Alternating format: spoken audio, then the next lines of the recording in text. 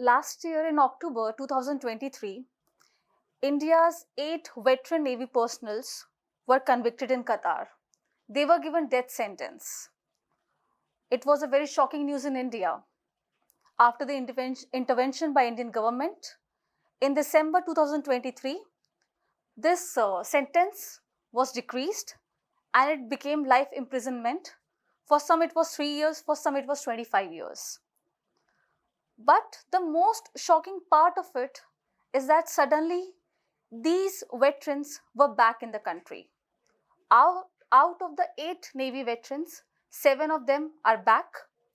They had the charge of espionage and now they are back to their country.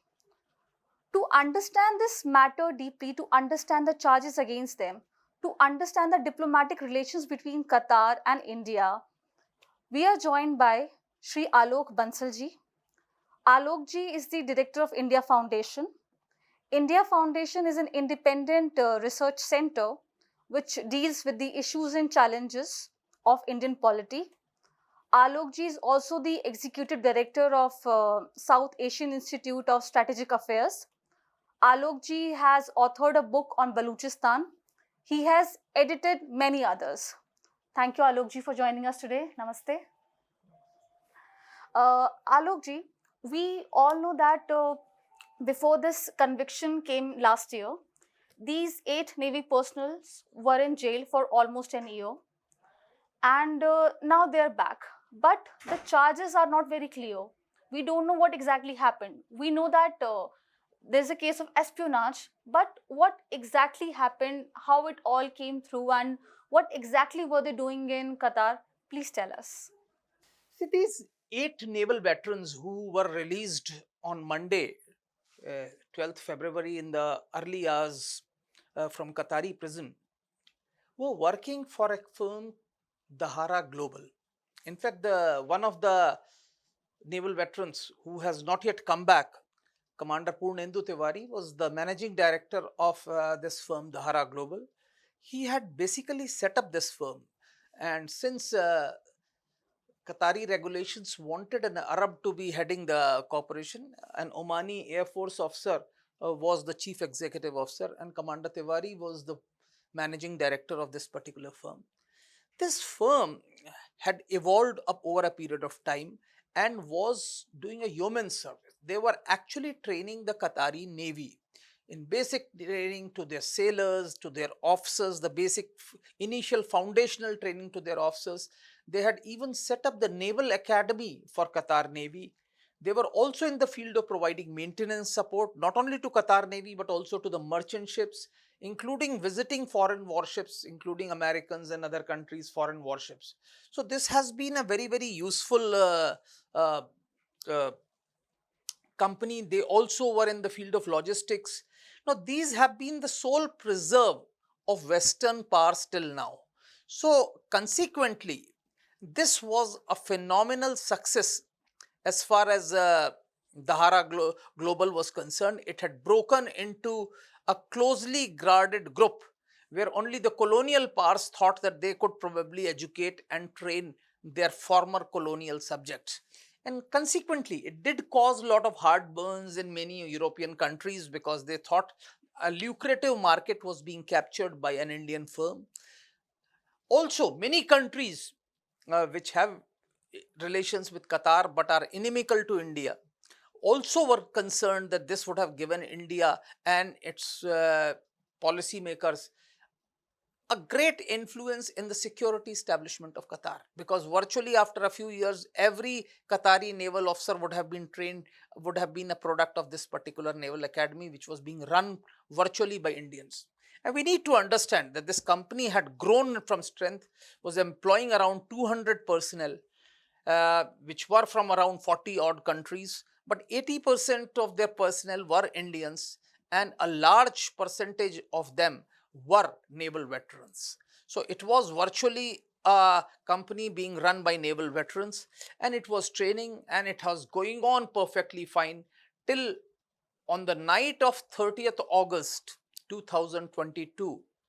8 of them were picked up from their homes, told that they were to go for some exercise told to pack up their baggage, and once they left the place, they were interrogated, put in solitary confinements. They didn't even know that others have also been picked up.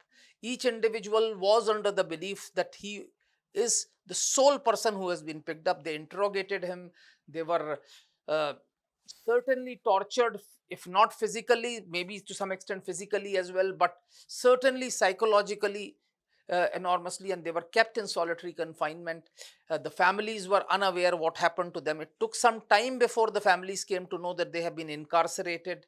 Uh, then and after a period of a few months, they were told that these people have been incarcerated. When they appeared before a judge for the first time, that is when they realized that others have also been picked up. So there are 8 of them, not one individual.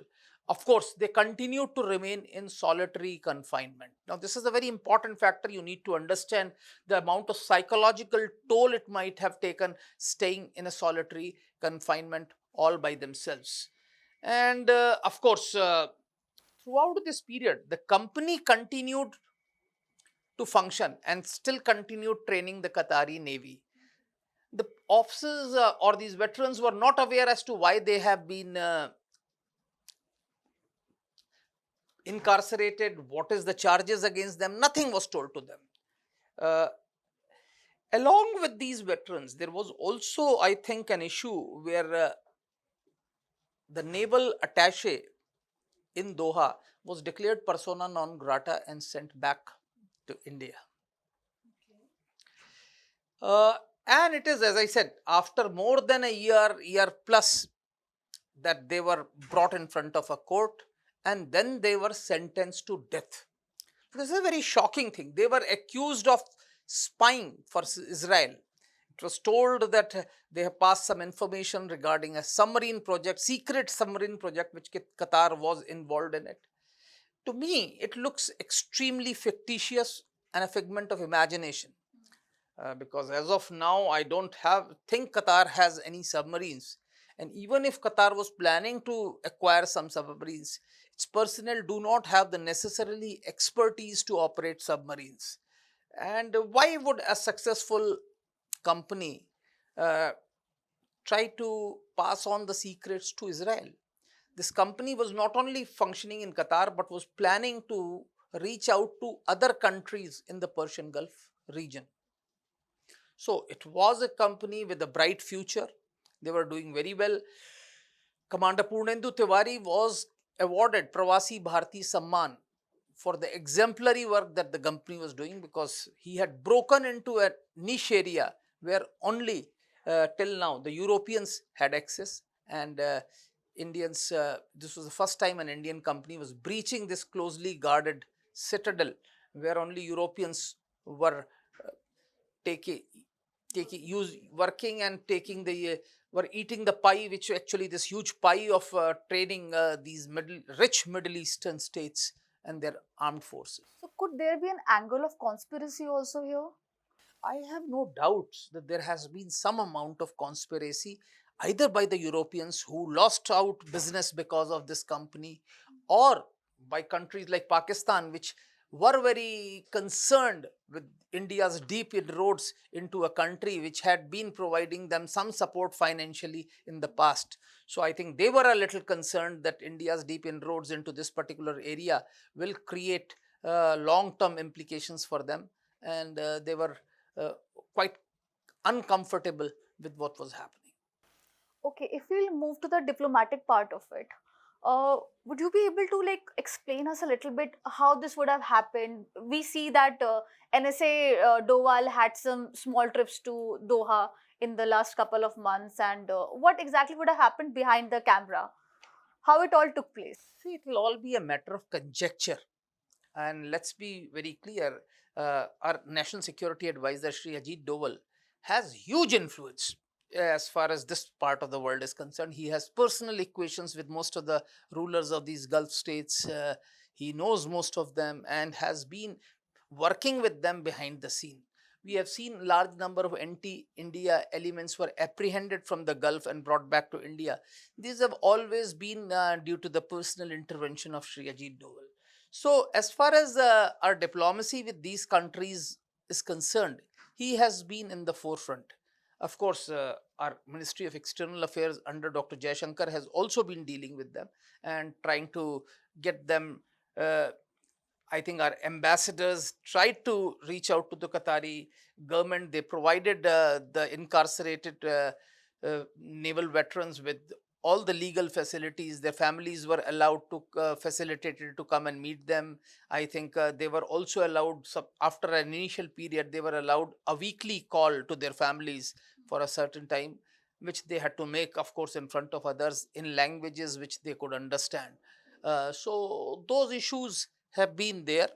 Uh, they also, and after the company, we need to understand that this happened in August 22. I think by April or May, Dahara Global was forced to close down, and the training has now been given to some other company. And after the company closed down, it has been the embassy which has been providing them with legal assistance and helping them to come out. In fact, they probably made arrangements for the family members how they could go and meet them. So embassy has been doing a phenomenally good job. uh, but uh, there was no progress for more than a year. As you know, in October, for the first time, they were tried, and then death sentence was given. And now you can imagine a prisoner being kept in solitary confinement, having been convicted and sentenced to death.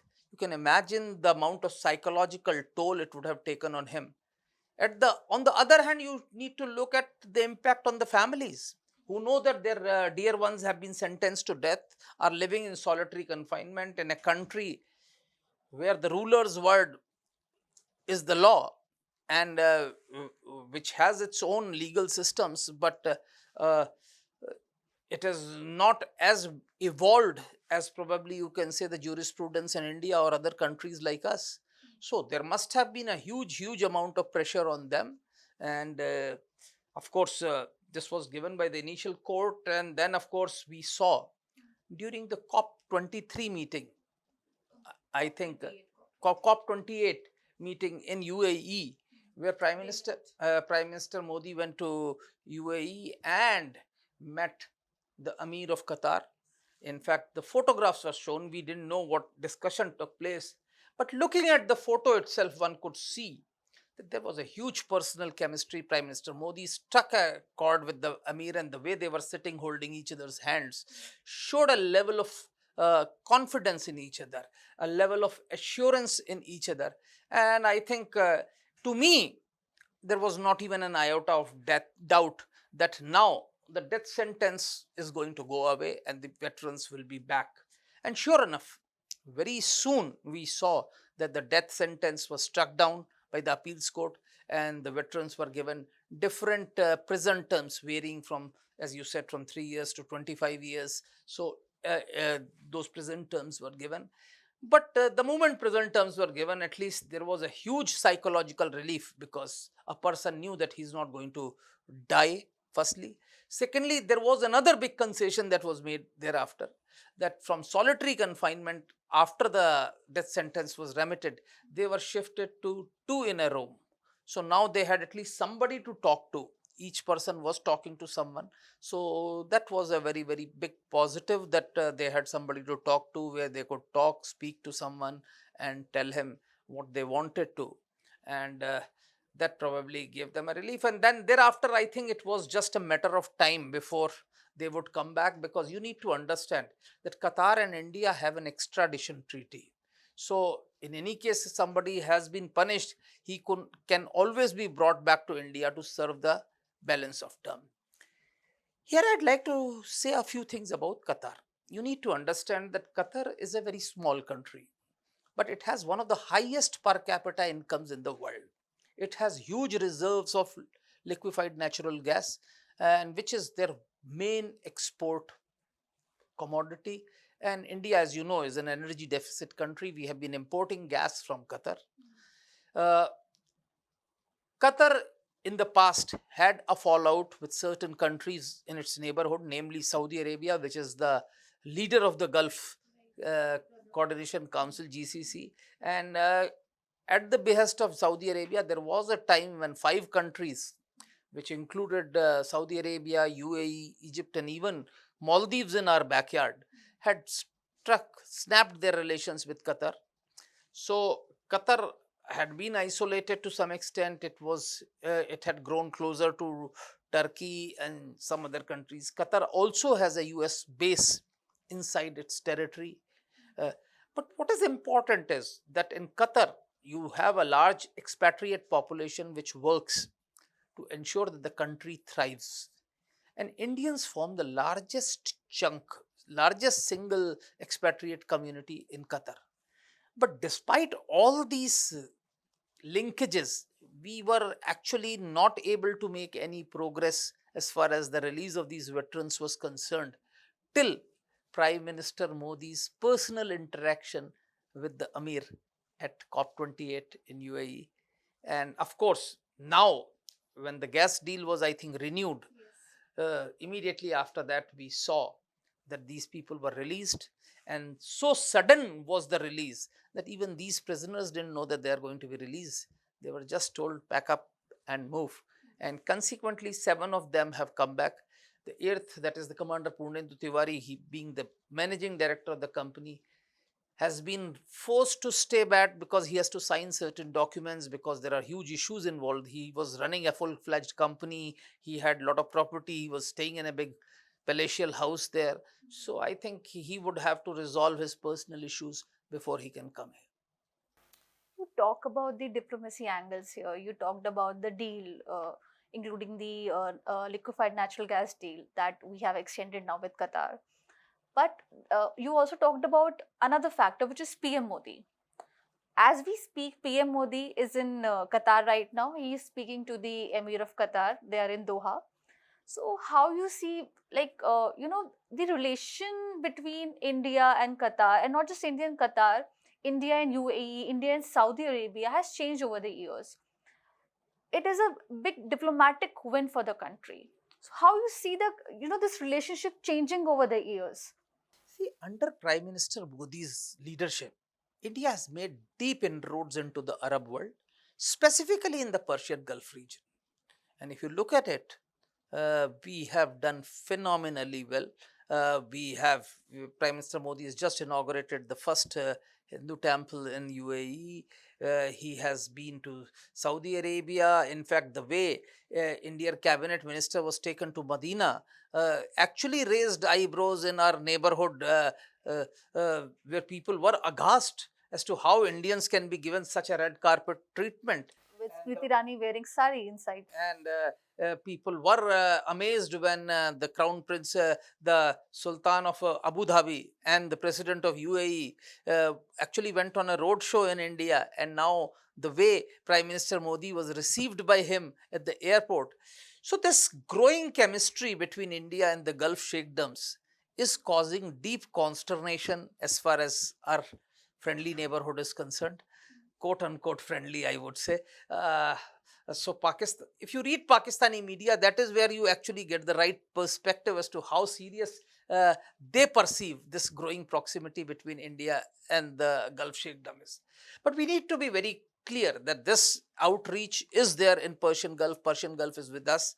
But this release of these 8 naval veterans have reassured Indians working across the globe that government of India is with you and will get you back, no matter what be the circumstances. And this is very, very important. We need to understand that India is the largest destination for global remittances.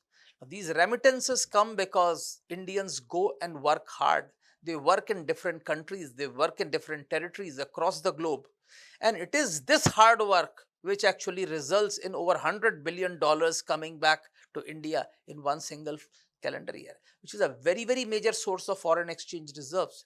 Today, if India's foreign exchange reserves are amongst the top 5 in the world, it is because, to a very great extent, because of these ethnic Indians, Indian diaspora, which goes and works in different countries and remits these funds. And they can only work if they are assured, if they are confident that their life, their safety is assured.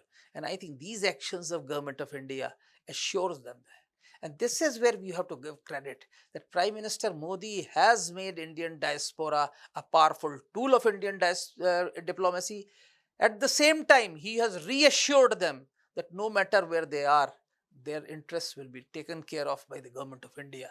And this personal diplomacy which he is uh, indulged in as far as these naval veterans are concerned very clearly shows that he is willing to personally take initiative to get Indian citizens from anywhere in the world back to India should they run into some crisis. Um, Going back to the those naval veterans, did you manage to speak to any one of them? What did they tell you if you spoke to them? See, let me tell you very honestly that this Dahara Global, I visited it in March 22. I had gone to Doha for Doha Dialogue and they invited me to come and see the company. And that's when I was actually amazed the type of job they were doing. So, in fact, uh, almost every one of them, I had met them there. Uh, while they were in jail, two of the naval officers, their daughters got married. And I attended one wedding where you can imagine the trauma that the child must be going through, knowing the father is in jail with an uncertain future, and she had to get married. The marriages had been fixed much before, well before they went in fact. So it's been extremely traumatic. But uh, of course, after they came back, I did speak to one of the two. And when I said, "How is it?" And of course, they were seemed very reassured. Obviously, it is too early to talk to them as to what happened, when happened, because I don't want to. Don't want them to go through the same trauma again. I think it will take some time before one can talk to them about their period that they spent in incarceration. But I was talking to him as to what are you doing. He says, "Sir, I'm sitting in the hotel room and trying to see the marriage album of my daughter," because obviously he had not attended the wedding, he's not met the son-in-law. So for him, it was a big thing.